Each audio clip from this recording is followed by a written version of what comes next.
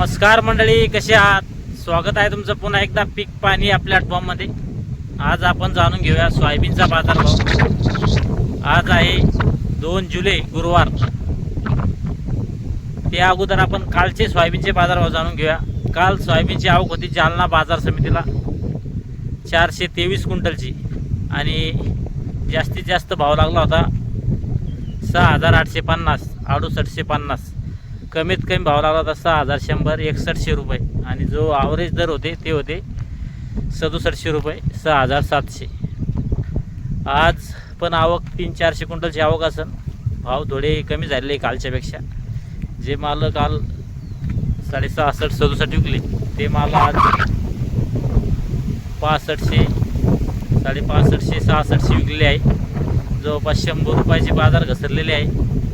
आणि खालीमध्ये 55-56, वरमध्ये 67-68.